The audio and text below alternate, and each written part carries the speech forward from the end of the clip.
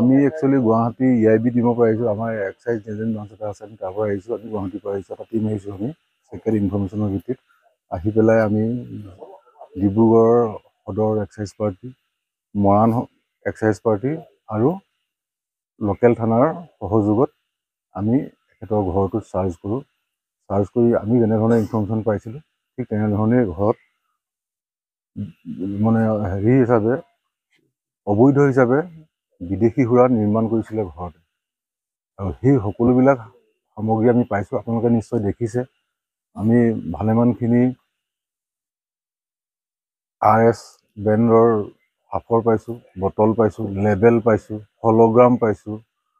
ঠিক তেনেধৰণে আমি মেকডুৱেলৰ বটল পাইছোঁ, আপোনাৰ হলোগ্ৰাম পাইছোঁ, আপোনাৰ লেবেল হলোগ্ৰাম বটল আমি সকলোবিলাক পাইছোঁ। ঠিক তেনেকৈ ইম্পেৰিয়েল ব্লেক বুলি এটা হেৰি আছে, ব্ৰেণ্ড আছে, সেই ব্ৰেণ্ডটো আমি পাইছোঁ।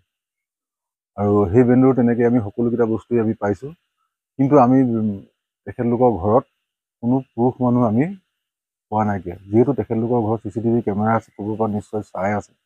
আমি ইয়াত যে তেখেতলোকৰ ঘৰত যে আমি হেৰি কৰিছোঁ, আমি লেভেল বেছ ট্ৰাই কৰিম তেখেতক আমি আয়ত্ব কৰাৰ কাৰণে। আমি লোকেল পুলিচৰ সহায় ল'ম। তেখেতৰ নামটো কি আছিলে?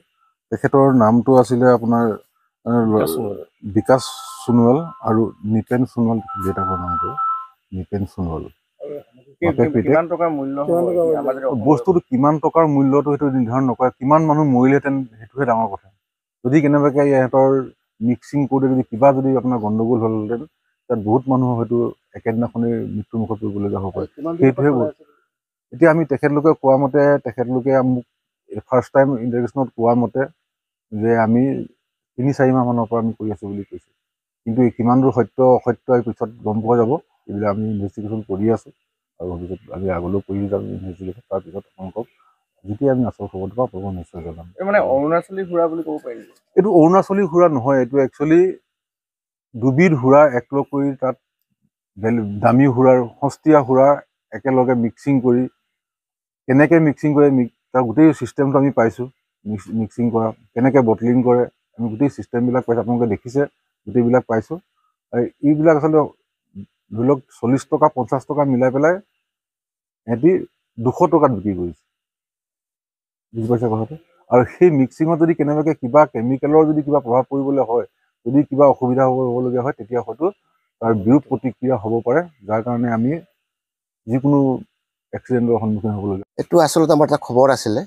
খবৰ কাৰণে আজি EIB পাৰ্টিও আহিলে, আৰু আমাৰ সদৰ ষ্টাফ আৰু মৰাণ ষ্টাফ আহি মেলি এইটো কামটো কৰিব দিয়া হৈছিলে। আৰু যিবিলাক বাকী আছে সেইকেইটাও সোনকালে উদ্ধাৰ হ'ব। বহুত আছে, সেইটোৱে এতিয়ালৈকে ক'ব নোৱাৰিম, কিন্তু থাকিব লাগে। আৰু থাকিলে এতিয়া গোটেই উৎখাত হ'ব। তেওঁলোকৰ ওপৰত কি ব্যৱস্থা লোৱা হ'ব? আইনগত ব্যৱস্থা লোৱা হ'ব। আমাৰ আবকাৰী আইনৰ যিখিনি অধীনত যিখিনি আইন আছে গোটেইখিনি ব্যৱস্থা কৰা যাব। হয়, আজি প্ৰমাণ পালোঁ। হয়, শুনি আছিলোঁ, আজি প্ৰমাণটো হ'ল। হয়, আমাৰ ৰেভিনিউ ক্ষেত্ৰত বহুত এফেক্ট হয় এইটো ক্ষেত্ৰত। ৰেভিনিউ তেনেকৈ নিৰ্ণয় কৰা নহয়। ৰেভিনিউটো ইহঁতি ধৰি ডেইলি যদি আপোনাৰ অলপ 500 বটল ডেইলি বিক্ৰী কৰে, কি ব্ৰেণ্ডৰ মাল বিক্ৰী কৰিছে, গভৰ্ণমেণ্টৰ ৰেভিনিউটো তেনেকৈ কাউণ্ট কৰা যাব আচলতে। কিমান টকা ডেইলি ধৰি লওক আপোনাৰ লাখ টকাৰ ওপৰত এটি ৰেভিনিউ ডেইলি হেৰি কৰি আছে।